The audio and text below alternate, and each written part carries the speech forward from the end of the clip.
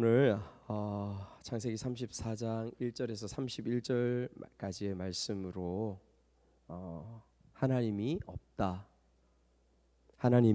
없다라는 제목으로 주님의 말씀을 같이 여러분들과 나누도록 하겠습니다.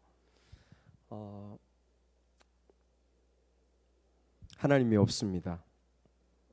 여러분 이 말을 주의해서 이 말씀을 같이 여러분들과 같이 나누었으면 좋겠습니다. 여러분 지난 시간에 야곱이 가나안 땅으로 돌아온 후 약 10여 년 동안을 숫곳과 세겜 땅에서 지냈던 것을 여러분 기억하실 것입니다. 가나안 땅에 들어왔어요. 그곳에서 10여 년 동안 있었는데 하나님께서 가나안 땅에 들어와서 야곱에게 명령하신 곳은 어디였습니까?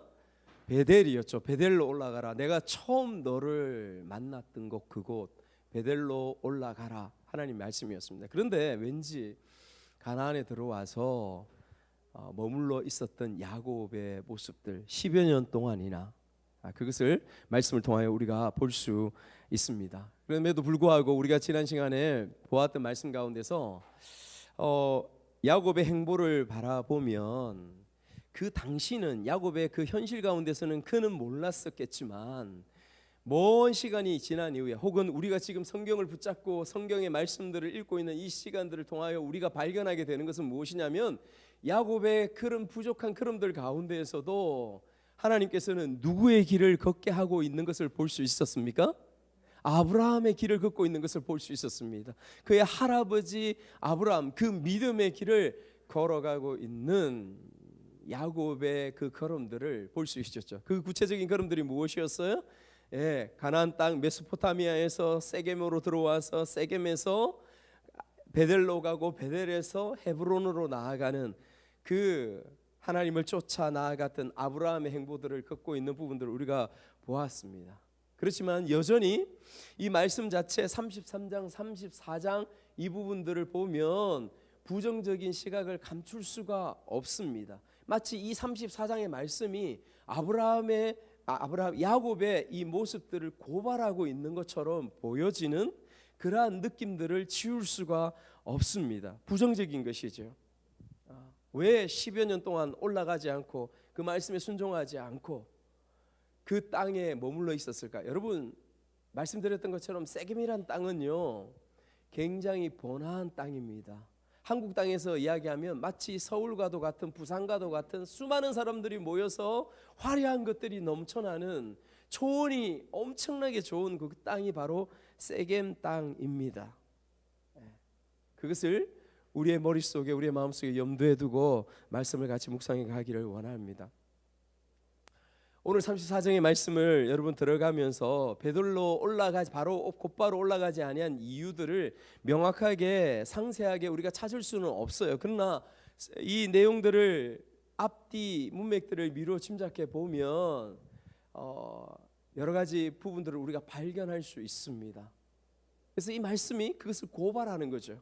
우리로 하여금 묵상하면서 찾으라고 연구하면서 찾으라고 그것을 우리에게 말씀해 주고 있습니다. 특별히 이 34장 그 어느 곳에도 하나님이라는 단어가 등장하지 않습니다. 여러분 우리가 보았지 않습니까? 33장까지 하나님이라는 여호와라는 단어가 얼마나 계속 그 말씀 가운데에 일어났습니까? 야곱이라는 인생 가운데에 계속해서 여기까지 올 동안에 하나님이라는 그 단어 여호와라는 그 이름이 계속해서 나왔었어요. 그런데 34장 어느 곳에도 하나님이라는 그 이름이 나오지 않습니다. 그리고 하나님께서 일하심의 그 흔적들 그들의 삶을 통하여 나타나는 모습들이 한 곳도 보이지가 않습니다. 여러분 그것을 염두에 두고 이 말씀을 보기를 원합니다. 우리 1절 말씀 같이 한번 읽겠습니다. 1절 말씀 시작.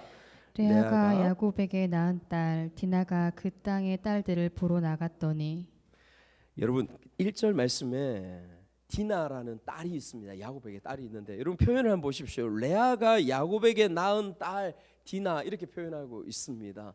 여러분 이 표현이 어떤 표현이냐면 원래 성경에 그냥 야곱의 딸 디나가 이렇게 표현되어지거든요. 근데 레아가 야곱에게 낳은 딸 디나가 이렇게 의도성을 가지고 표현함으로 이것을 무엇을 우리에게 가르쳐 주냐 하면 디나라는 위치, 그 가정 가운데에서의 위치를 보여줍니다. 더 나아가서 레아가 어떤 존재였는지 우리가 알지 않습니까? 그렇게 야곱에게 조광지체였지만은 사랑받지 못했던 여인 레아, 그 레아의 6 아이들이 태어나죠. 여러분 족보를 한번 보여주시겠습니까? 아들 표를 여러분 한번 앞에 보시면요, 야곱의 자녀들이 이렇습니다. 레아에게서 로우벤, 시므온, 레위, 유다가 태어나죠. 처음에. 그 다음에 태어난 그 종이 그 라헬이 시기해서 자기의 여종을 주죠. 빌하입니다. 빌하에게 5째 단과 6째 납달리가 태어납니다. 그러니까 레아가 또 시기 질투해서 그의 여종 누구를 줍니까? 실바를 주죠. 그를 통해서 갓과 아셀이 태어납니다. 갓과 아셀이 태어나죠. 그리고 누가 태어날까요? 라헬이 태어납니다. 라헬이 태어나는 게 아니라 사랑하는 그의 아내 라헬이 누구를 낳습니까? 요셉을 낳습니다. 요셉을 낳고 순서적으로는 디나가 태어나고 그 다음에 베냐민이 태어나는 이 순서를 가지게 되죠. 여러분 디나가 어떤 위치에 있습니까? 레아. 그러니까 6 아들, 레아를 통하여 6 아들이 태어나고 마지막 디나가 태어나게 되는 거죠. 근데 보시죠. 다시 한번 말씀을 보겠습니다. 레아가 야곱에게서 낳은 딸 디나가, 그러니까 디나의 위치는 사랑받지 못한 여인 레아, 그 다음에 거기에 막내 딸로 태어난, 그렇게 사랑받고 인정받지 못하는 부분들을 우리가 추측해 볼 수 있습니다. 그것을 어디에서 볼 수 있냐면 또 야곱이 나중에 요 말씀 이후에 강간을 당하죠. 디나가 강간을 당하죠. 당하는데 그의 아버지로서 도대체 딸이 이 성폭행을 당했는데 이 아버지가 반응하는 모습들을 바라보면 어떻게 아버지가 저럴 수 있을까라는 생각들을 하게 되어져요. 마땅한 아버지로서의 마땅한 모습, 분노나 적극적인 모습, 그런 부분들을 결코 우리가 찾아볼 수 없는 것을 말씀을 통하여 보게 되어지죠. 그래서 디나의 모습들을 우리가 이런 부분들을 통해서 추정해 보면 단순히 디나가 호기심 가운데서 그 세겜 땅의 여인들을, 그와 동급의 친구들을 보러 나아갔던 그런 부분들이 아니라 그 가정 가운데서 아버지와 어머니의 사랑 가운데서 든든하게 단단하게 자라나고 내면이 탄탄했던 그런 딸의 모습. 그래서 어떤 세상의 바깥의 어떤 유혹이나 어떤 유혹들 가운데서 흔들리지 않는 그러한 모습으로 자라났던 딸의 모습들이 아니라 외부에 눈에 보여지는 그러한 쉬운 어떤 유혹들, 그 가운데 쉽게 흔들려서 나아가고 방황하고 있는 디나의 그 모습들을 우리가 말씀을 통하여 추정해 볼 수 있는 것이죠. 여러분 이런 면에서 볼 때에 우리의 가정도 한번 이 말씀 가운데서 되돌아 볼 수 있는 그러한 교훈이 되어진다고 생각합니다. 여기 우리의 청소년들이 있습니다. 사춘기 때 우리의 청소년들이 참 많이 방황하게 되어지고 세상의 바깥을, 우리의 가정 바깥을 많이 바라볼 수 있는 그러한 환경 가운데에, 그러한 내면 가운데 있는 것을 우리가 보게 되어지죠. 우리의 가정은 어떻습니까? 청소년 여러분들의 마음은 혹여 디나와 같은 우리의 가정 가운데서 어쩌면 사랑을 깊이 느끼지 못하고 돌봄을 느끼지 못하고 관심을 느끼지 못하는 그러한 모습들 속에 내 마음이, 내 생각이 흔들리고 세상 가운데 유혹되어지고 세상 가운데로 나아가고 세상 가운데에 내 마음의 생각의 중심을 두고자 하는 그러한 부분들 있지 않는가. 그리고 우리 부모님들도 그러한 가정의 모습들을 만들어가고 있는 우리의 모습들이 아닌가 돌아볼 수 있는 시간들이 되었으면 좋겠습니다. 여러분 그러다가 디나에게 일이 벌어지죠. 2절에서 4절 말씀도 한번 읽어볼게요.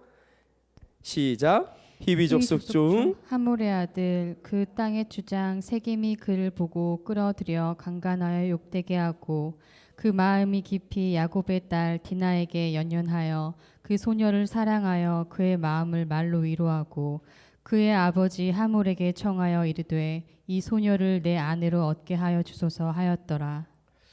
성폭행을 당하게 됩니다. 나갔다가 여러분 이 말씀을 볼 때는 이렇게 상상하셔야 돼요.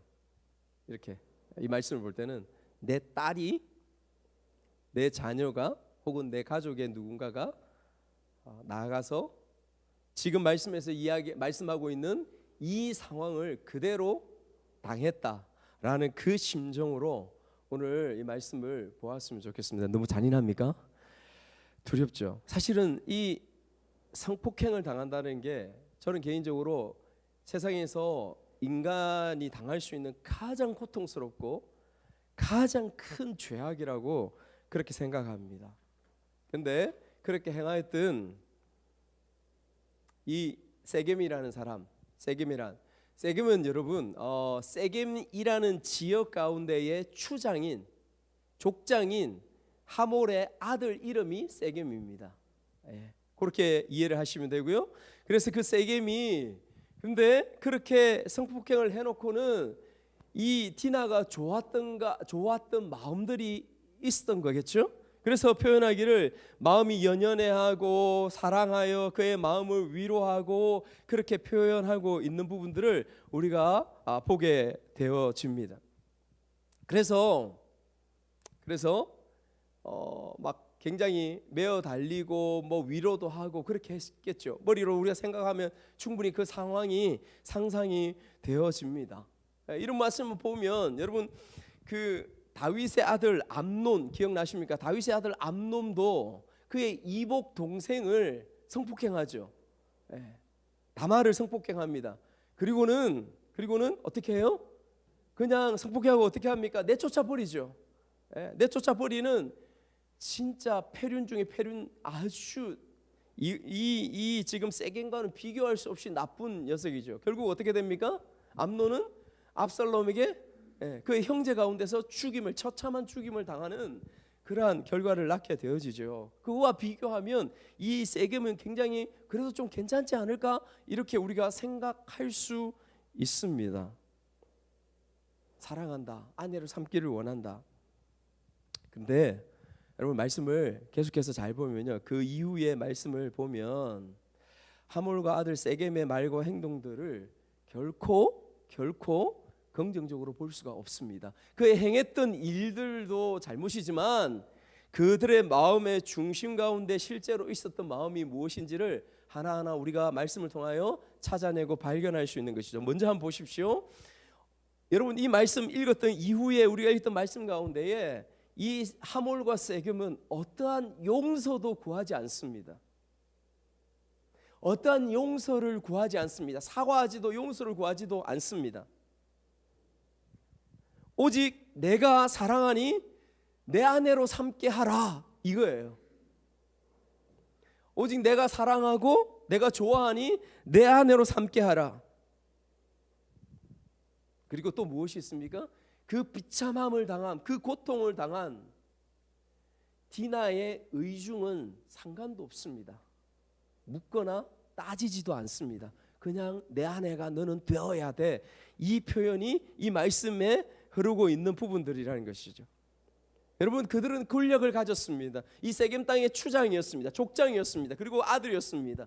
그냥 권력을 가진, 힘을 가진 아나무인격의 그러한 모습들로 드러내고 있는, 그렇게 표현하고 있는 부분들을 우리가 이 말씀 전체를 통하여 알게 되어지는 것이죠. 여러분 야곱의 아들들이 할례를 너희들이 받아야 너희들과 통혼할 것이다 라고 이야기했을 때 하몰과 세겜이 설득을 당하여서 그들의 동족들에게, 그들의 동족의 남자들에게 설득하는 말씀을 우리가 볼 수 있기를 원합니다. 그들의 본질들이 나오는 것이죠. 23절 말씀을 한번 보겠습니다. 우리가 여러분 성경 23절 같이 한번 읽겠습니다. 시작. 그러면 그들의 가축과 재산과 그들의 모든 짐승이 우리의 소유가 되지 않겠느냐? 다만 그들의 말대로 하자. 그러면 그들이 우리와 함께 거주하리라. 여러분 의도가 나오는 것이죠. 이 내가 성폭행했던 이 디나를 아내로 맞이하려고 하는 이들의 본질이 나오는 것이죠. 그들이 우리와 통혼하면 그들이 엄청나게 가지고 있는 엄청난 재산들, 야곱의 재산들, 야곱의 짐승들, 저것이 다 우리의 것이 되지 않겠느냐. 그러니 우리가 지금은 저들을 받아들이는 것처럼 하면서 저들을 우리와 같이 동원하고 저들의 딸들을 우리가 데려오고 그렇게 같이 거주하자. 그러면 저들의 재산 우리가 가질 수 있어. 이것이 본질입니다. 또 한 가지 더 이야기할까요? 25절 말씀을 보면요, 디나를 아직 강간하고도 성폭행하고도 집으로 돌려보내지도 않은 모습들을 이 말씀을 통해 우리는 발견할 수 있습니다. 25절도 한번 읽겠습니다. 시작.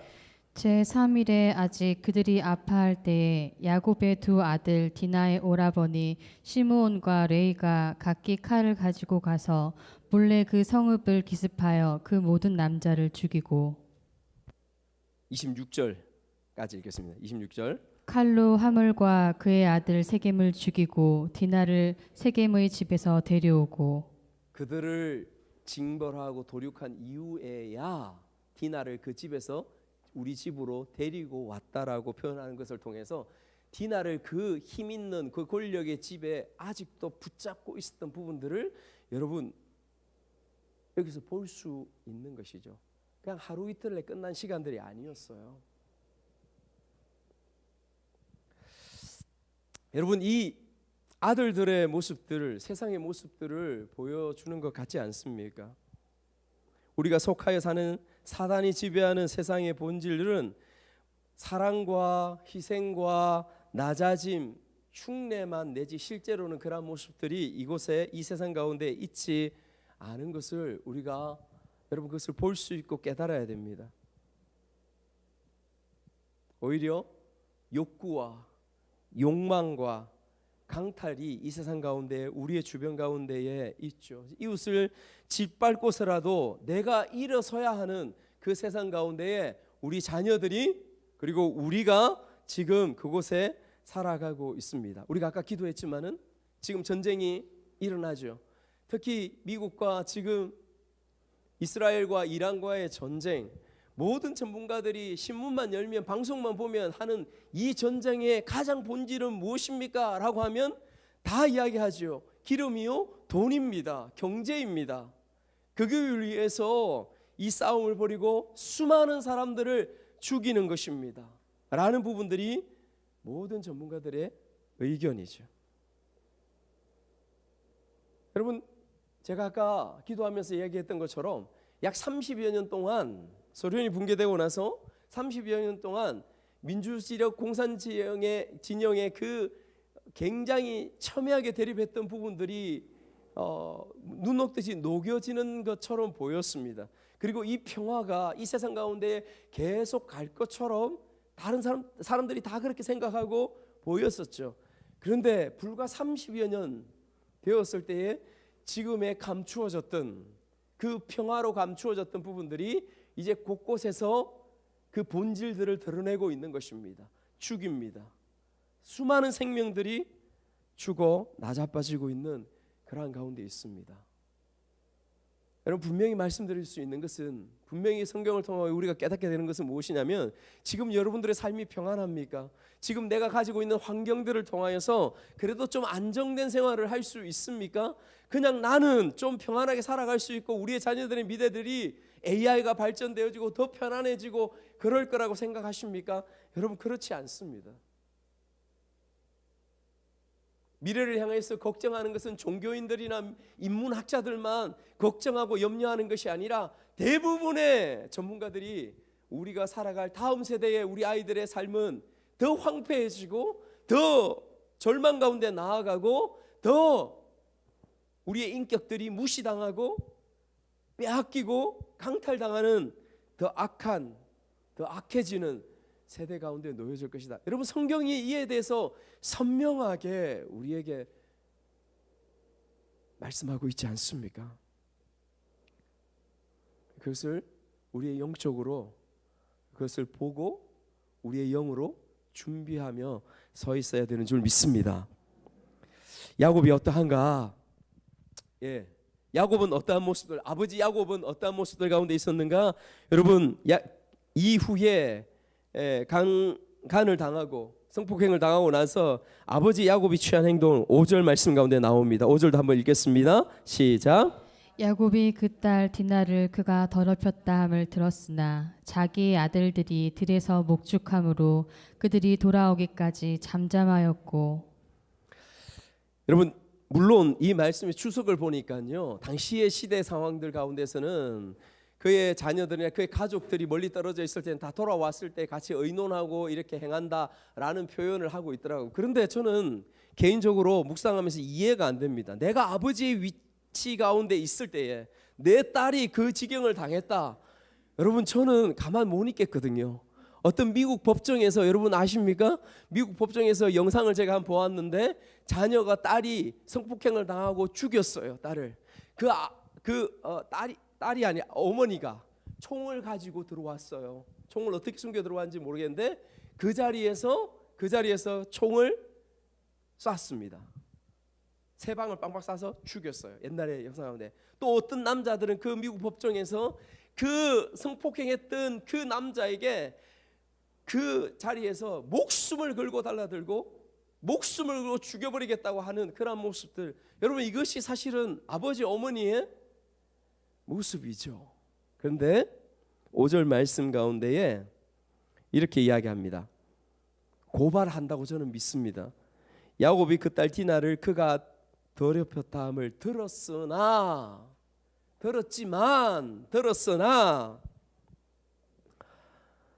그렇게 말해주고 있습니다. 여러분 너무 차분합니까? 그렇게 이야기할까요? 정상적인 아버지라면 이럴 수 없다. 예, 저는 그렇게 생각합니다. 여러분들도 아마 그럴 거라고 생각해요. 그런데 좀 더 영적으로 우리가 생각한다고 해봅시다. 야곱이 이 지경을 당했으면 야곱이 지금까지 걸어왔던 모습들을 바라보면 하나님 앞에 나아가서 그가 야복강가에서 씨름했던 것처럼, 그가 주님의 바짓가랑이 붙잡고 나아주지 않았던 것처럼, 그의 사랑하는 딸이면, 정말 자녀이면 하나님 앞에 엎드려서 부르짖고 기도하고, 어떻게 이런 일이 그렇게 했어야 될 야곱의 모습 아닐까요? 그런데 이 말씀 가운데서 그 어느 것 하나도 야곱은 그런 모습들을 취하지 않습니다. 10여 년 동안 하나님 잃어버렸을까요? 지난 10여 년 동안 다시 잃어버린 그러한 마음 아닐까, 그런 생각을 충분히 할 수 있게 되는 것이죠. 오히려 반대로 여러분, 그렇게 성폭행을 했던 세겜의 아버지 하몰과 세겜이 더 적극적으로 나서는 모습들이 아이러니컬하지 않습니까? 더 적극적으로 나서서 나에게 아내로 달라, 이런 모습들을 아들이 돌아왔습니다. 아들들이 돌아와서 이런 현상, 이런 상황들을 보면서 분명히 그 아들들의 마음 가운데에 분노가 치밀고 답답함이 치미는 모습들이 있었을 거라고 저는 그렇게 묵상합니다. 그것이 정상적이라고 생각하죠. 실제로 그 아들들이 나와서 그것을 그대로 느꼈어요. 그 감정을 느끼면서 아들들이 이 상황 가운데서 취했던 행동은 또 어떤 모습일까, 또 그것을 바라보기를 원합니다. 지금까지 우리는 하몰과 세겜이 이 모습들 가운데서 어떤 스탠스를 취하고 어떤 행동을 했는지 우리가 보았습니다. 그리고 그의 아버지 야곱이 어떤 위치와 어떤 행위를 했는지 우리가 보았어요. 이제 그 아들들은 어떻게 했을까? 여러분, 아들들은 돌아와서 근심하고 심히 노하였다라고 말씀하고 있습니다. 7절 말씀을 제가 읽겠습니다. 야곱의 아들들은 들에서 이를 듣고 돌아와서 그들 모두가 근심하고 심히 노하였으니 이는 세겜이 야곱의 딸을 강간하여 이스라엘에게 부끄러운 일 곧 행하지 못할 일을 행하였음이더라. 행하지 못할 일을 행하였음이더라. 여러분, 이들의 모습 속에 분노가 치밀어 오르는 것이죠. 이들이 그 분노 가운데서 의논도 하고 화도 내고 땅을 치고 칼을 들고 부르떨기도 하고 그랬겠죠. 그런데 그들이 의논 가운데서 나왔던 부분들은 그 세겜과 하몰이 제안했던 부분들입니다. 너희들과 하나 되기를 원한다, 통혼하기를 원한다, 이곳에 같이 살자. 그때 이 야곱의 아들들이 제안하는 게 있습니다. 우리가 너희들과 통혼하는 데에 통혼하는데 너희들과 같이 있지 못한다. 그러면서 조건을 제시하죠. 그 조건의 내용이 무엇인지 또 말씀을 한번 봅시다. 13절에서 17절까지 말씀, 13절에서 17절까지 말씀 같이 읽도록 하겠습니다. 시작. 야곱의 아들들이 세겜과 그의 아버지 하몰에게 속여 대답하였으니 이는 세겜이 그 누이 딥나를 더럽혔음이라. 야곱의 아들들이 그들에게 말하되 우리는 그리하지 못하겠노라. 할례 받지 아니한 사람에게 우리 누이를 줄 수 없노니 이는 우리의 수치가 됨이니라. 그런즉 이같이 하면 너희에게 허락하리라. 만일 너희 중 남자가 다 할례를 받고 우리 같이 되면 우리 딸을 너희에게 주며 너희 딸을 우리가 데려오며 너희와 함께 거주하여 한 민족이 되려니와 너희가 만일 우리 말을 듣지 아니하고 할례를 받지 아니하면 우리는 곧 우리 딸을 데리고 가리라. 여러분, 야곱의 아들들이 하는 얘기가 무엇입니까? 우리는 재물이나 돈에 욕심이 없다. 우리에게 신앙의 정체성이 중요하다. 하나님의 백성이라는 표징인 그 할례를 너희들도 행해야 우리가 너희들과 같이 될 수 있다. 이것을 이야기하는 것이죠. 그런데 이것이 사실입니까? 이것이 진실이었습니까? 아니요, 변명이고 거짓이었습니다. 그들은 나중에 살인자, 그들은 나중에 철저한 도둑으로 변질되는 것을 우리가 이 말씀을 통하여 볼 수 있게 되는 것이죠. 그들의 관심과 중심은 하나님의 언약과 거룩한 표식인 그 할례에 있지 않았음을 우리가 그 아들들의 모습들을 통하여 보게 되어지는 것입니다. 오히려 그것을 이용해서 분노와 복수의 도구로 거룩한 그 하나님의 할례를, 하나님의 약속을 이용하는 그 가운데에 나아갔던 부분들을 보게 되어지는 것이죠. 여러분, 우리는 어떨까요? 이 야곱의 아들들의 모습들이 우리 가운데 있지 않겠습니까? 우리의 이익과 우리의 체면과 우리의 욕망을 채우는데 신앙적인 어떤 정체성과 신앙적인 어떤 고백들, 이것들을 우리는 그것을 사용하지 않습니까? 우리 이익과 어떤 욕심을 위해서는 저도 교회 다니는데요, 혹은 저도 예수 믿는데요, 그렇게 이야기합니다. 그러나 반대로 내가 뚜껑이 열려지고 화나고 분노하고 내 감정을 추스르기 힘들고 내 이익이 침해를 당하고 그런 가운데에 대해서는 내가 언제 내 속에 예수님이 있고 내가 예수님을 믿고 교회 다니는 것, 이것을 잊어버릴 정도로 내 모든 마음과 내 모든 행동들은 분노는 나의 것, 복수는 나의 것, 그런 마음으로 변화되어지는 나의 모습, 우리의 모습들을 여러분, 우리의 모습들 가운데서 보지 않습니까? 저에게 가까운 두 목사님이 있습니다.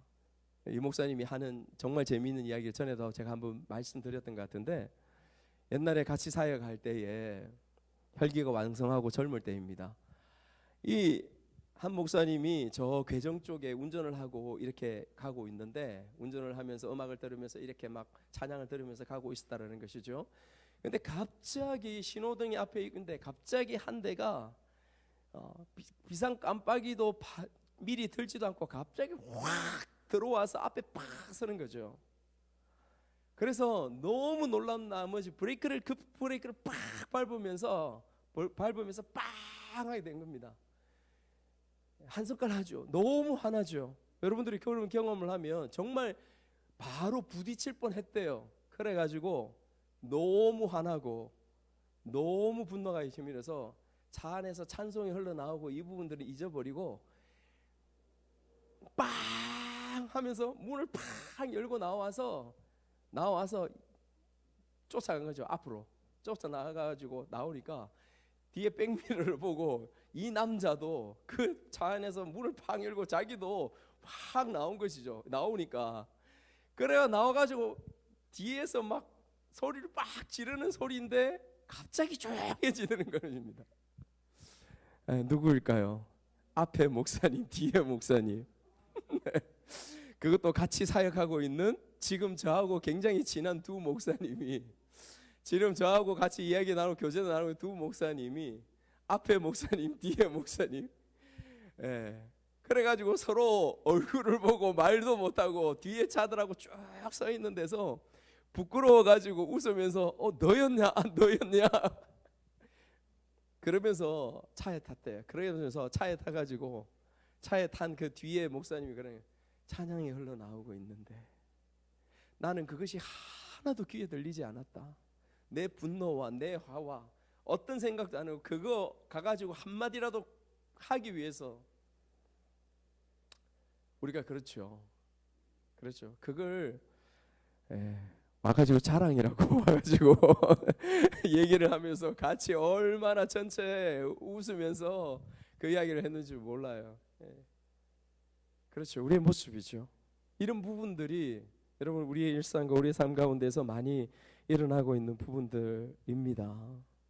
여러분 이런 역사들이 교회 가운데서 얼마나 많이 있었습니까? 우리 이익을 위해서는 그렇게 하지만 여러분 우리가 잘 아는 것처럼 십자가 원정도 똑같은 거예요. 나 크게 봐서는 십자가 원정 우리의 이익 그 돈을 위해서 그 땅을 위해서는 그곳에 있는 사람들 영혼들이 어떠하든지 그들은 이교도 들이다 죽여도 된다 가서 그렇게 수많은 사람들을 죽이고 결국은 그들이 실패해서 망했던 또 어떤 부분들이 있습니까? 역사 가운데에 저 신대륙을 발견해서 나아간 그 자리 가운데에서 주님의 사랑과 주님의 은혜로 복음을 전하는 것이 아니라 나아가서 그들을 지배하면서 그들을 죽이면서 결국은 나중에 핑계대는 것은 복음을 위하여서 그들에게 생명을 위하여서 그렇게 했더라고.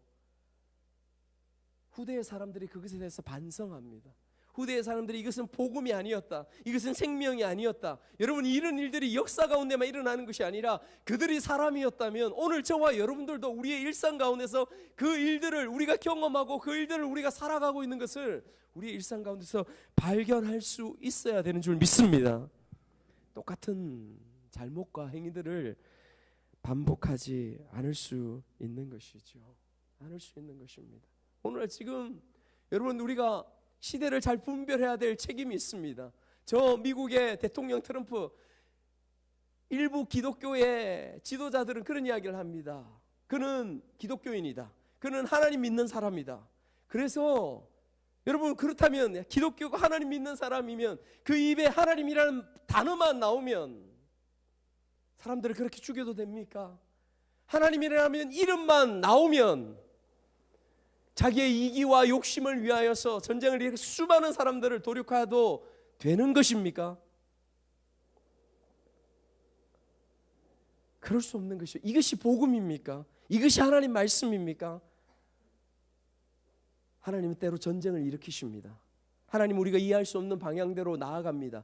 지금도 이 상황에서 하나님의 이름은 없지만은 이 모습들 가운데 하나님은 보이지 않는 가운데서 당신의 정의로 당신의 뜻으로 일하고 계십니다. 그러나 그 앞에 서 있는 복음을 받아든 사람들, 말씀을 받아든 사람들, 그 사람들의 나아가야 될 걸음들은 어떤 것이냐? 여러분 이것이 성경을 바라보는 우리의 시각이어야 돼요. 말씀을 대하는 우리의 모습이어야 됩니다. 그것은 하나님의 말씀을 우리 가슴 속에 담고 하나님은 이런 분이야. 예수 그리스도는 이렇게 우리에게 복음을 전하고 이렇게 사랑하셨어. 그래서 우리는 이 삶을 살아가야 돼. 섬기고 사랑하고 배려하고 내가 손해보고 이 삶을 견지해서 나아갈 때 그것이 복음이 되어지고 그것이 생명이 되어지는 거예요. 정신 나간 사람들이 정말 많습니다. 정신 나간 지도자들이 영적인 지도자들이 너무 많아요. 전쟁은 하나님께서 그렇게 허락하시는 겁니다. 하나님의 이름에 말씀을 모르면서 먹칠하는 거예요. 먹칠하는 거.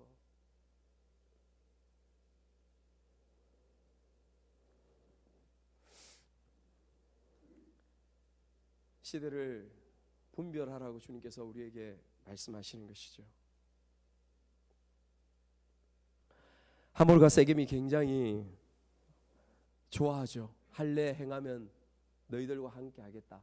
오케이, 우리가 하겠다. 기꺼이 그렇게 할게 하면서 설득을 합니다. 자기들뿐만 아니라 그 모든 부족, 그 세겜이라는 큰 성에 사는 모든 남자들을 할례를 행하는 것을 설득하고 설득을 당합니다. 아까 보았던 것처럼 야, 저들이 어마어마하게 가진 재산들 봐. 우리 것이 될 거야. 거기에 같이 다 넘어가죠. 포경을 합니다. 할례를 받죠. 여러분 남자들 포경하죠. 지금은 의술이 굉장히 발달되었습니다. 그런데 이 당시에 보면 청동이나 혹은 아주 거친 쇠 조각으로 그것을 벨 수밖에, 남자의 생식기의 표피를 벨 수밖에 없는, 여러분 그러면 그 고통이 얼마나 크겠습니까? 소독약도 제대로 없습니다. 지금도 소독하고 해도 일주일은 여러분 고생해야 됩니다. 안 해보셨죠? 좀 웃어주셔도 됩니다. 네. 일주일 동안 고생합니다. 이 당시에 소독약도 없어요. 그런데 성경에 우리 말씀 읽어보면 3일째에 끙끙 앓고 고름이 나고 도저히 움직일 수 없는 그 고통했던 그 시간들 가운데에 야곱의 아들들이 그 세겜성을 공격했습니다. 왜요? 그들은 누워 있을 수밖에 없으니까, 움직일 수 없으니까, 아파서 도저히. 우리 여성분들은 모릅니다, 그 고통을. 그렇게 공격을 하죠. 그 밤에 공격을 하여서 그들을 다 도륙하는 시간들을 우리가 보게 되죠. 24절부터 29절도 한번 읽겠습니다. 24절부터 29절 시작. 성문으로 출입하는 모든 자가 하몰과 그의 아들 세겜의 말을 듣고 성문으로 출입하는 그 모든 남자가 할례를 받으니라. 제3일에 아직 그들이 아파할 때에 야곱의 두 아들 디나의 오라버니 시므온과 레위가 각기 칼을 가지고 가서 몰래 그 성읍을 기습하여 그 모든 남자를 죽이고 칼로 하몰과 그의 아들 세겜을 죽이고 디나를 세겜의 집으로 데려오고 야곱의 여러 아들이 그 시체 있는 성읍으로 가서 노략하였으니 이는 그들이 그들의 누이를 더럽힌 까닭이라. 그들이 양과 소와 나귀와 그 성읍에 있는 것과 들에 있는 것과 그들의 모든 재물을 빼앗으며 그들의 자녀와 그들의 아내들을 사로잡고 집 속의 물건들을 다 노략한지라. 이렇게 말씀하고 있습니다. 야곱이 레아에게 낳은 둘째와 셋째 디나의 직속 오빠죠. 불같은 시므온과 레위, 그들이 밤에 가서 그들을 움직이기 어려운 세겜 남자들을 다 도륙해 버립니다. 종들을 다 데리고 갔겠죠. 다 죽여버립니다. 나머지 아들들은 어떻게 할까요? 너가 왜 그랬어? 이렇게 할까요? 그렇지 않습니다. 어떻게 합니까? 다 같이 도둑질합니다. 악한 짓이죠. 이 일이 정말 두려움과 상처가 되었음에 틀림이 없습니다. 왜냐하면 야곱이 어마어마하게 두려워했다라고 합니다. 그리고 야곱이 나중에 이 야곱이 죽기 전에 아들들을 놓고 축복하죠. 축복의 기도를 합니다. 그때에 바로 시몬과 레위에게 대하여서는 그 기도의 시간에 저주를 합니다. 저주의 기도를 하는 부분들을 여러분 뒤에 발견할 수 있습니다.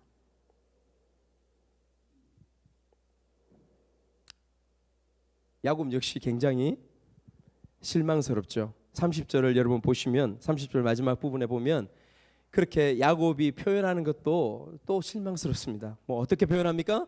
너희가 내게 화를 끼쳐 나의 수가 적은즉 나를 치고 나를 죽이리니 그러면 나와 내 집이 멸망하리라. 이렇게 표현하고 있는 부분들을 보면 야곱의 중심 가운데는 자기만 있어요. 자기만 있어요. 계속해서 나 죽으면 어떡해? 나 어떡해? 야, 너 때문에 나 어떡해? 이것만을 표현하고 있는 아버지 야곱의 모습. 아들들이 여러분 답답하지 않겠습니까? 뚜껑 열리지 않겠습니까? 그래서 31절에 아들들이 어떻게 표현합니까? 같이 읽겠습니다. 31절 시작. 그가 우리 누이를 창녀같이 대우함이 옳으니까. 이렇게 표현할 수 있는 거죠. 이렇게 표현하게 되는 것이죠. 자, 이제 여러분 말씀을 정리하겠습니다. 우리가 이 얘기 스토리를 쭉 이렇게 보면서 드러나지 않는 부분들도 같이 생각하고 우리의 일들로 한번 담아 보았습니다. 여러분 디나, 야곱, 하몰과 세겜, 그 다음에 야곱의 아들들이 등장인물들이죠. 이 부분들을 보면서 여러분 누구의 행위들이 옳았습니까? 한번 생각해 보십시오. 누구의 모습들이 좀 더 괜찮다라고 여러분 그렇게 생각하십니까? 비슷하지 않습니까? 똑같지 않습니까? 하나님을 알고 있었던 사람들이 있었어요. 하나님을 전혀 모르고 있었던 사람들이 있었어요. 똑같은 그 모습들, 그것을 보게 되어지죠. 이들의 모습들 가운데 34장의 전체적으로 흐르는 모습들은 비통함입니다. 굉장히 고통이에요. 그러한 흐름들이 이 스토리 가운데 흐르고 있는 부분들을 여러분 보게 되어지죠. 그런데 그 사건들 가운데서 그 어느 누구도 행했던 스탠스 혹은 처신, 그 행위들, 그분들에게 박수를 쳐줄 수 있는, 칭찬할 수 있는 부분들은 누구도 없다라는 것을 여러분 우리가 이 말씀 가운데서 볼 수 있기를 바랍니다. 성경은 오늘 말씀을 통하여 우리에게 고발하는 거죠. 하나님 없는 사람들의 그 최선이 얼마나 비참한가. 나름 최선을 다했어요. 하몰도 세겜도 야곱도 그 아들들도 최선을 다했어. 죽이고 도둑질하는 그들이 할 수 있는 최선을 다했습니다. 그러나 그들의 중심 속에 하나님이 없었습니다. 그들의 인식 속에 하나님에 대한 인식이 없었습니다. 하나님이 어떤 분이실까? 하나님이라면 어떻게 행하실까? 예수님이라면 어떻게 이 상황 가운데서 행동할까? 이 부분들이 없었기 때문에 결국 그들이 맞이하는 것은 고통과 비참함, 그것을 우리가 보게 되어지는 것이죠. 이 부분들을 보면서 우리는 어떤 감정이 드느냐? 저는 그렇게 묵상했습니다. 참 애매하다. 참 애매하다. 왜 애매하다? 이런 야곱과도 같은, 야곱의 자녀들과 같은 이러한 가정의 부분들 우리가 살아가면서 얼마나 많이 경험할 텐데, 맞닥뜨릴 텐데, 이러한 세상의 일들, 이러한 현실들 가운데서 그러면 이 어떻게 행동해야 될지 모르는 두려움도 있고 무서움도 있고, 그렇지만 나가서 부딪히기에는 무섭고 두렵고 그렇게 해야 되지만, 그러한 일들을 얼마나 많이 우리가 만나게 되는 현실 가운데 오늘도 우리가 서 있는데, 이때에 어떻게 해야 되는가? 애매함이 우리 가운데 있지 않아요. 우리가 욕은 하지만, 우리가 비난은 하지만, 우리도 똑같은 이 상황들 가운데 있으면 나는 어떨까? 여러분들은 어떨까? 여러분 생각해 볼 수 있지 않습니까? 여러분 그러면 어떨까요? 어떻게 해야 될까요? 저는 이 말씀의 고발과 묵상을 통하여서 그런 마음을 가집니다. 어떻게 답을 내릴까? 어떻게 우리가 처신하고 행동해 가야 할까? 여러분들이 잘 아는 대답을 할 수밖에 없어요. 이렇게 요약하고 싶습니다. 마지막으로 주님으로 충만해야 됩니다. 주님의 말씀과 성령으로 충만하는 길밖에는 없습니다. 그렇다면 어떤 일들이 어떤 상황에서건 내가 어떤 상황, 어떤 현실에서 일들이 일어나든지 내가 행해야 될 그 일들을 우리에게 교훈으로 주시고 우리가 깨닫게 될 줄 믿습니다. 왜냐하면 우리는 약하지만 주님이 우리 가운데, 여러분 가운데 충만하면 주님께서 어떤 결정과 어떤 행동을 해야 될지 가르쳐 주실 것이기 때문에 그렇습니다. 왜 그 근거를 댈 수 있습니까? 우리 구주 예수님은, 여러분 우리 구주 예수님은 이 애매모호한 상황들 가운데서 결코 애매하지 않았다. 이것이 오늘의 말씀의 가장 중요한 핵심이 되어집니다. 예수님은 애매하지 않았습니다. 여러분 요한복음 8장에 보면 서기관과 바리새인들이 가늠하다 잡혀온 여인들을 예수님 앞으로 끌고 오죠. 왜 끌고 옵니까? 예수님을 시험하고 테스트하기 위해서, 예수님을 올무에 놓기 위하여서 그렇게 시험하고 테스트하는 것을 우리가 볼 수 있습니다. 선생님, 우리의 율법에는 이렇게 가늠하다 잡힌 여인이 오면 어떻게 하라고요? 돌로 쳐서 죽이라 하는데 선생님은 어떻게 말씀하시겠습니까? 그렇게 말한 거죠. 왜 이렇게 이야기합니까? 예수님이 사랑에 대해서 말씀하셨기 때문에, 사랑을 실천하라고 말씀하셨기 때문에 올무에 걸린 것이죠. 예수님이 어떻게 대답하십니까? 크게요. 예수님이 어떻게 대답하십니까? 너희 중에 죄 없는 자가 먼저 돌로 치라. 여기에 애매함이 있습니까? 망설임이 있습니까? 없습니다. 예수님의 성령으로 우리의 가슴이, 우리의 삶이 충만해지면 선명해지는 것이죠. 예수님이 또 말씀하십니다.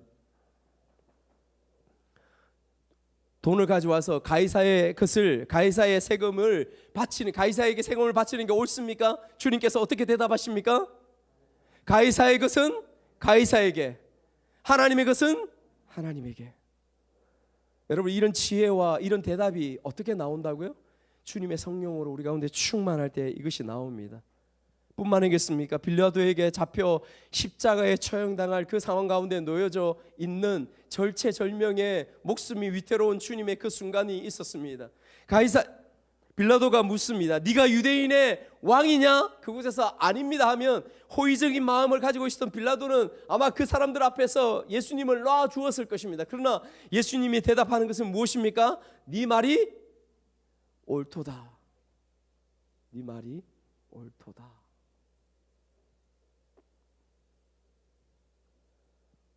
하나님의 영으로 충만했던 예수님은 어떤 상황들 가운데서도 그가 행해야 될 대답들, 그것이 애매하지 않았습니다. 여러분, 이곳에서 우리에게 주신 하나님의 오늘 음성을 듣기를 원합니다. 우리가 예수 그리스도의 영으로 충만하면, 주님으로 충만해지는 우리의 삶이, 우리의 가슴이 되어지면 예수님과 같은 그러한 걸음들을 부족하지만 한 걸음 한 걸음 한 걸음 한 걸음 더 걷게 되어질 줄 믿습니다. 그 삶 가운데 우리가 설 수 있도록 이 한 주간도 주님 앞에 더 가까이 나가는 우리가 되기를 주님의 이름으로 축복합니다. 아멘. 우리